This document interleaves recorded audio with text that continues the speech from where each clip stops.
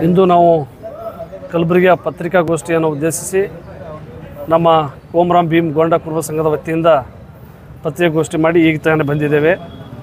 ಏನಪ್ಪ ವಿಷಯ ಅಂತಂದರೆ, ಇತ್ತೀಚೆಗೆ ಮೊನ್ನೆ ದಿನಾಂಕ 5/1/2025 ಕಲಬುರಗಿಯ ಹೃದಯ ಭಾಗದಲ್ಲಿರ್ತಕ್ಕಂಥ ಸಿಟಿ ಬಸ್ ಸ್ಟ್ಯಾಂಡ್ ಹತ್ತಿರ ಇರುವ ಕ್ರಾಂತಿವೀರ ಸಂಗೊಳ್ಳಿ ರಾಯಣ್ಣ ಒಂದು ಮೂರ್ತಿಯ ಕೈಯಲ್ಲಿರ್ತ ಖಡ್ಗವನ್ನು ಒಡೆದು ವಿರೂಪಗೊಳಿಸಿರ್ತಕ್ಕಂಥ ಕಿಡಿಗೇಡಿಗಳನ್ನು ಕೂಡಲೇ ಬಂಧಿಸಬೇಕು ಅಂತಕ್ಕಂಥ ಆಗ್ರಹವನ್ನು ನಮ್ಮ ಕೋಮರಾಮ್ ಭೀಮ್ ಗೋಂಡ ಕುರುಬ ಸಂಘದ ವತಿಯಿಂದ ತೀವ್ರವಾಗಿ ಖಂಡಿಸಿ ನಾವು ಒತ್ತಾಯ ಮಾಡಿದ್ದೇವೆ.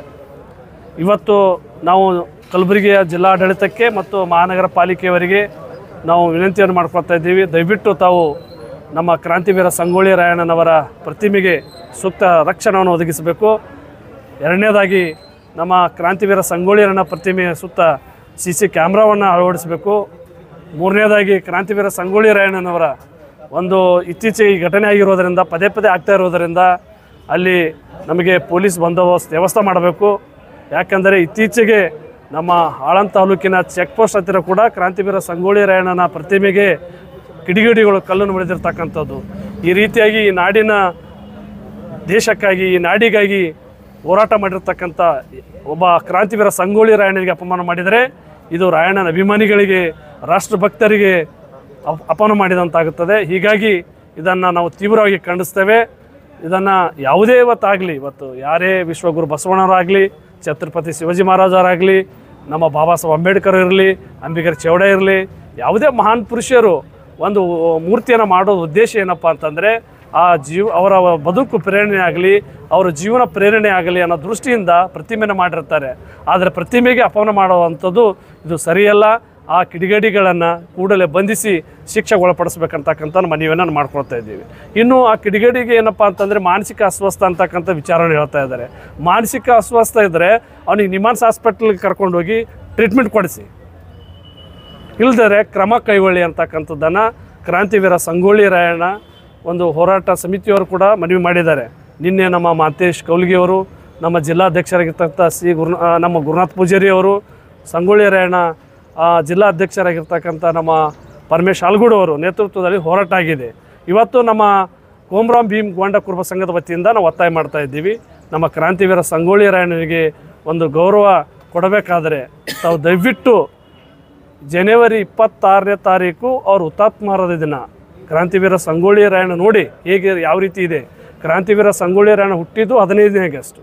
ಕ್ರಾಂತಿವೀರ ಸಂಗೊಳ್ಳಿ ರಾಯಣ್ಣ ವೀರ ಮರಣ ಹೊಂದಿದ್ದು 26ನೇ ಜನವರಿ. ಅಂದರೆ ಕ್ರಾಂತಿವೀರ ಸಂಗೊಳ್ಳಿ ರಾಯಣ್ಣ ಹುಟ್ಟಿದ ದಿವಸ ಈ ದೇಶಕ್ಕೆ ಸ್ವಾತಂತ್ರ್ಯ ಸಿಕ್ತು. ಕ್ರಾಂತಿವೀರ ಸಂಗೊಳ್ಳಿ ರಾಯಣ್ಣ ಹುತಾತ್ಮರ ದಿನ ಈ ದೇಶಕ್ಕೆ ಪ್ರಜಾಪ್ರಭುತ್ವ ವ್ಯವಸ್ಥೆ ಜಾರಿಗೆ ಬಂತು, ಅಂದರೆ ಸಂವಿಧಾನ ಜಾರಿಗೆ ಬಂತು. ಬಾಬಾ ಸಾಹೇಬ್ ಅಂಬೇಡ್ಕರ್ ಅವರು ಬರೆದ ಸಂವಿಧಾನ. ಅಂದರೆ ಕ್ರಾಂತಿವೀರ ಸಂಗೊಳ್ಳಿ ರಾಯಣ್ಣ ಹುಟ್ಟಿದರೆ ಸ್ವತಂತ್ರೋತ್ಸವ, ಕ್ರಾಂತಿವೀರ ಸಂಗೊಳ್ಳಿ ರಾಯಣ್ಣ ಹುತಾತ್ಮದ ಗಣರಾಜ್ಯೋತ್ಸವ. ಇಂಥ ಒಂದು ಅಪರೂಪದ ವ್ಯಕ್ತಿತ್ವ ಕ್ರಾಂತಿವೀರ ಸಂಗೊಳ್ಳಿ ರಾಯಣ್ಣ ಆಗಿರುವುದರಿಂದ ಬರುವ 26ನೇ ತಾರೀಕು ಒಳಗಡೆ ಸರ್ಕಾರ ಕೂಡಲೇ ಒಂದು ಸೂಕ್ತ ರಕ್ಷಣೆ ಕೊಡಬೇಕು. ಜೊತೆಗೆ ಕೂಡಲೇ ಏನು ಮಾಡಬೇಕಪ್ಪ ಅಂತಂದರೆ ಕ್ರಾಂತಿವೀರ ಸಂಗೊಳ್ಳಿ ರಾಯಣ್ಣನ ಮೂರ್ತಿ ಭಗ್ನಗೊಂಡಿರುವುದರಿಂದ ಅದನ್ನು ಬದಲಾಯಿಸಿ ಕ್ರಾಂತಿವೀರ ಸಂಗೊಳ್ಳಿ ರಾಯಣ್ಣ ಕಂಚಿನ ಪ್ರತಿಮೆಯನ್ನು ಪ್ರತಿಷ್ಠಾಪನೆ ಮಾಡಬೇಕು, ಸ್ಥಾಪನೆ ಮಾಡಬೇಕು. ಮಾಡದೇ ಇದ್ದರೆ ಮುಂಬರುವ ದಿನದಲ್ಲಿ ಕ್ರಾಂತಿವೀರ ಸಂಗೊಳ್ಳಿ ರಾಯಣ್ಣ ಅಭಿಮಾನಿಗಳು, ದೇಶಭಕ್ತರು, ಈ ನಾಡಿನ ಯುವಕರು ಕೂಡ ನಾವು ಬೀದಿಗೆ ಇಳಿದು ಹೋರಾಟ ಮಾಡಬೇಕಾಗುತ್ತೆ ಅಂತಕ್ಕಂಥ ಎಚ್ಚರಿಕೆಯನ್ನು ತಮ್ಮ ಮೂಲಕ ಕೊಡಲಿಕ್ಕೆ ಇಷ್ಟ. ಅಲ್ಲ, ಅದು ಇಲ್ಲಿಗಲ್ ಜಾಗ ಅಲ್ಲ. ಯಾಕಂತಂದರೆ ಇವತ್ತು ನೋಡಿ ಯಾವುದೇ ಜಾಗ ಅಂತ ಸರ್ ಅಲ್ಲ, ಅದು ಯಾವುದೇ ಇಲ್ಲಿಗಲ್ ಜಾಗ ಅಲ್ಲ, ಅದು ಸರ್ಕಾರಿ ಜಾಗ ಇರೋದರಿಂದ ವಾಕ್ಪತ್ತಾಯ ಮಾಡ್ತಾ ಇದ್ದೀವಿ. ಇವತ್ತು ಕ್ರಾಂತಿವೀರ ಸಂಗೊಳ್ಳಿ ರಾಯಣ್ಣ ಒಂದು ಸಮುದಾಯಕ್ಕೆ ಸಂಬಂಧಪಟ್ಟ ವ್ಯಕ್ತಿ ಅಲ್ಲ. ಕ್ರಾಂತಿವೀರ ಸಂಗೊಳ್ಳಿ ರಾಯಣ್ಣ ಈ ನಾಡಿಗಾಗಿ, ಈ ದೇಶಕ್ಕಾಗಿ ವೀರಮರಣ ಹೊಂದಿರತಕ್ಕಂಥ ಒಬ್ಬ ದೇಶಭಕ್ತ. ಅಂಥ ದೇಶಭಕ್ತನಿಗೆ ಜಾಗ ಅವಕಾಶ ಮಾಡಿಕೊಡಲ್ಲ ಅಂದರೆ ಭಯೋತ್ಪಾದಕರಿಗೆ ಕೊಡಿಸ್ತೀರಾ ನೀವು ಅಲ್ಲಿ?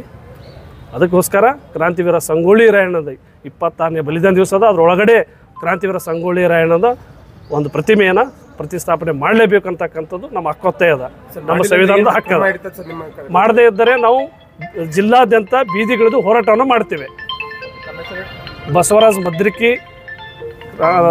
ಮದ್ರಿಕಿ, ಕೋಮರಾಮ್ ಭೀಮ್ ಗೋಂಡ ಕುರುಬ ಸಂಘದ ಜಿಲ್ಲಾಧ್ಯಕ್ಷ.